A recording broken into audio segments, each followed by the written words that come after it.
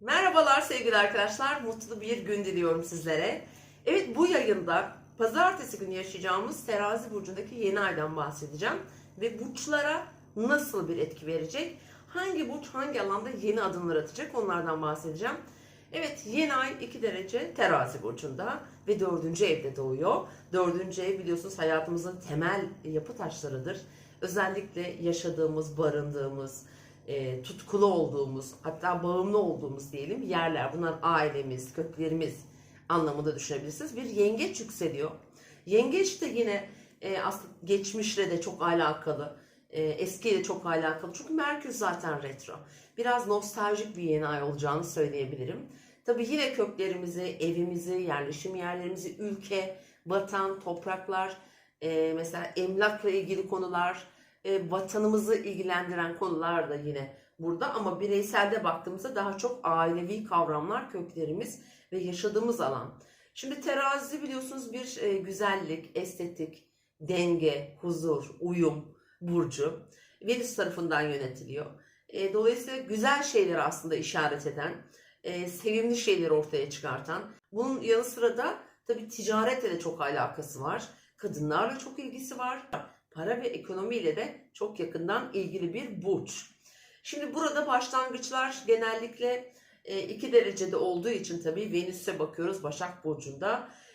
Şimdi Başak biraz daha böyle detaycıdır ya. Bir de Jüpiter var tam yeni ayın karşısında. Jüpiter ne yapıyor? Bazı konuları gereğinden fazla büyüteç altına alan bir pozisyondur. Çünkü zaten tam MC'ye yerleşmiş. Yani gündemimizde yer tutacak konular öyle eften püften sıradan konular olmayacak arkadaşlar. Çünkü Venüs'ün de durumuna baktığımızda pireyi deve yapma manasında düşünebilirsin. Çünkü Venüs Başak'ta çok analitik çalışır, çok detaycıdır, işçidir, çok sağlam sahip çıkar. Teknik konulara özellikle çok teknik konu ve detaylara çok önem verir. Çünkü Merkür'le birlikte. Tabi bu da bazı şeyler gözden kaçmayacak. Hiçbir şey gözden kaçmayacak aslında. Jüpiter de burayı ne yapıyor? Şişirecek. Bu arada duygusal anlamda da şişirme dediğimizde egoları da çok büyütür. Duygularımızı da çok abartılı yaşarız. Kişinin kendini olduğundan fazla büyük olduğundan fazla işte zengin olduğundan, bilgili olduğundan, en olarak düşünebilirsiniz. O yüzden biz bunlara da birazcık böyle kafayı yoracağız bu hafta içerisinde. Ama şunu söylemeliyim ki özellikle 29'undan itibaren Venüs de teraziye burcuna geçtikten sonra bu anlamda ilişkiler, teknoloji, eğitim, öğrenim, ticari konular, alım, satım, bunlarla ilgili ve özellikle kadınlar ve güzellik, estetikle ilgili konularla ilgili çok daha güzel, başarılı bir süreci başlatacak. Ama şu an Başak'ta birazdan analiz halinde hala. Şimdi bu yeni ayın bir benzeri arkadaşlar 2003 yılında yaşanmış ve 2003 yılında da yine düğümler aynı aksta çalışmışlar. Akrep ve Boğa aksında. Şimdi böyle bir 19 yıllık döngü tamamlanıyor. Zaten dün döngünün işaret ettiği yeni başlangıçlar aslında eskiyi kapatan, yeni defterler açan, yeni yollar açan, yeni finish çizgileri koyan bir yeni ay olacak. Dolayısıyla bazılarımızın hayatlarında çok önceden benzer ilişkileri, benzer evlilikler, benzer iş ortaklıkları veya benzer bazı evreleri getirecek. Yani 2003 yılında hayatınızda önemli olan ne girdiyse bu süreç, yani şu anki yaşadığımız, içinden geçtiğimiz süreçte benzer konuları getirecek. Yıl sonuna kadar da bunlar geçerli çünkü iki tane tutulmamız olacak. Tutulmalar da bu aksı çalıştıracağı için arkadaşlar özellikle bazı burçlar için, şimdi sayacağım onları, çok daha önemli yer tutacak. Şimdi arkadaşlar hemen burçlara geçiyorum.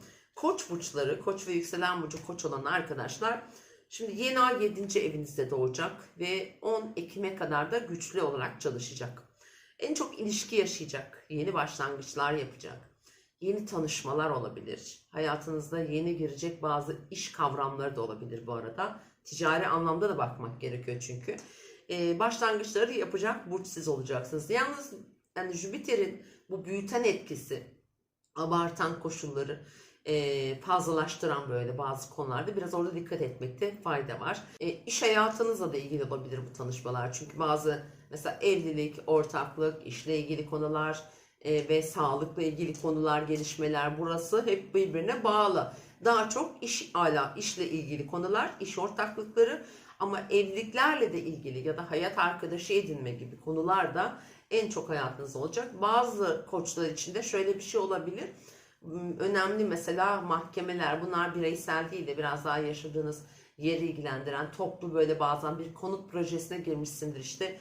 Ondan sonra orada bir problem olmuştur. Böyle bir dengeyi sağlamak, hani oradaki adaleti sağlamak için bir hukuki süreç başlatılmıştır ama o hala sonuçlanmamıştır. Veya böyle bir süreç başlatılabilir. Sevgili koçlar, umarım hayatlarınızda güzel şeyler başlasın. Temenni ediyorum ama abartılardan uzak durmaya çalışın. Boğa ve yükselen burcu boğa olan arkadaşlar, yeni ay 6. evinizde. Özellikle yükselen burcu boğa olan arkadaşlar sağlıkla ilgili konuları getirecektir hayatınıza. Hatta getirmiştir.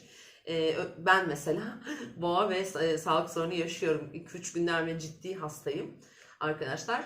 Evet, sağlıkla ilgili ve bunlar biraz öncesi olan, ihmal edilmiş, üzerine yeteri kadar durmadığınız sağlık sorunları olacaktır.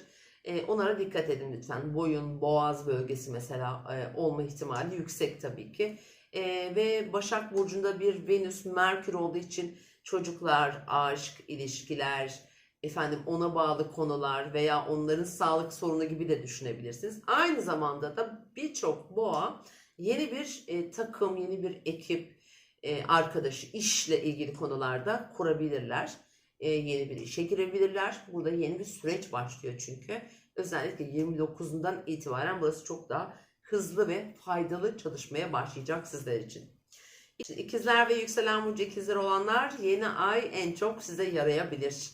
Özellikle ikizler burçlarının ilk günlerinde doğmuşsanız eğer 5. evinizdeki yeni ay hayatınıza çok güzel yeni kavramlar katacak.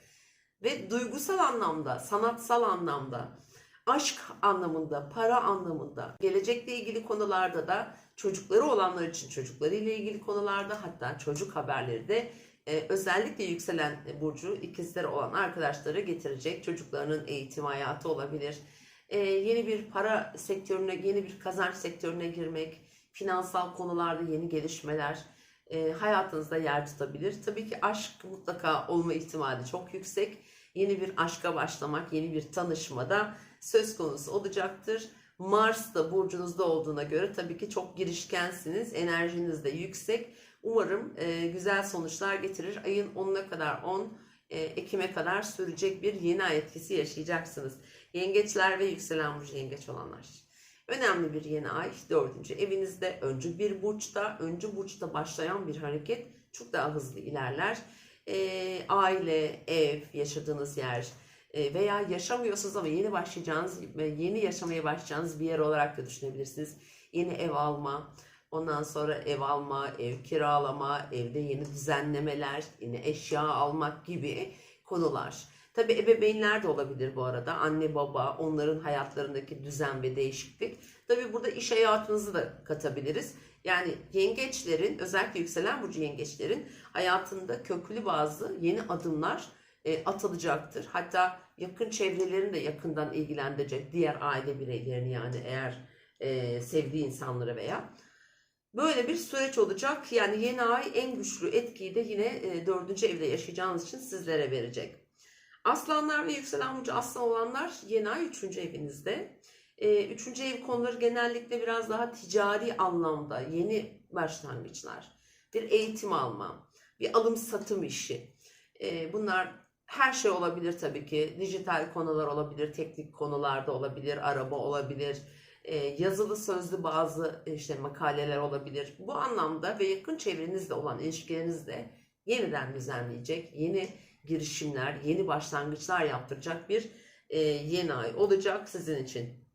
Başaklar ve yükselen burcu Başak olan arkadaşlar, yeni ay para evinizde doğuyor. Kazançlarınızı arttırmak için çırpınan, emek veren Başaklar burada yeni bir başlangıç yapıyorlar. Yeni bir girişim olabilir bu. Veya yeni yapılan girişimlere ekstra geri dönüşler sağlamak için mesela yeni adımlar atılabilir. Yani maddi anlamda bir destek, altyapı olarak sağlanmak isteniyorsa eğer, çünkü Venüs, Merkür burcunuzda yer aldığı için dolayısıyla da önemli olabilir. Bunlar ilişkilerinize, ortak bir işe yapılacak bir yatırım, bir projeye yatırım olarak da değerlendirebilirsiniz. 9 Ekim'e kadar daha belirgin olarak gündeminizde olacak. Terazi ve yükselen burcu terazi olanlar, tabii ki yeni ay sizin burcunuzda ve sizin ayınız bu ay. Doğum gününüz kutlu olsun bu arada. Hayatınızda birçok konuya yeni adımlar atacaksınız. Öncelikle evlilikle ilgili konularda sevgili teraziler ve terazi burcunun ilk günlerinde özellikle doğmuşsanız, çünkü 2 derecede yeni ay gerçekleşiyor. Bekarsanız evlilik kararı alabilirsiniz. Veya evliyseniz evliliğinizle ilgili yeni bir yön belirleyebilirsiniz. Eşinizle ya da partnerinizle yeni bir karar alabilirsiniz. Bu bir iş olabilir, bir taşınma olabilir, yer değişikliği mesela. Sizin için önemli olacak.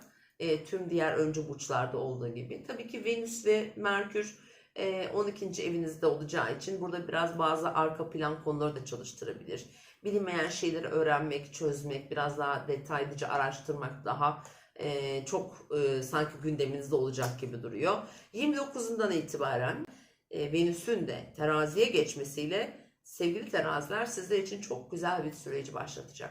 İlk günler biraz sıkıntılı olsa da aydınlık, ferah, şöyle girdiğinizde nefes alacağınız bir sanki duygu halinde olacaksınız sevgili teraziler. Güzellik, estetik, operasyonlar, ameliyatlar gibi konular için de yine 29 Eylül'den itibaren değerlendirebilirsiniz. Akrepler ve yükselen burcu akrep olan sevgili arkadaşlar, yeni ay 12. evinizde kendi kendinize planladığınız, arkadan yürütmeye çalıştığınız, kimseye söylemediğiniz herhangi bir konu gündeme gelebilir.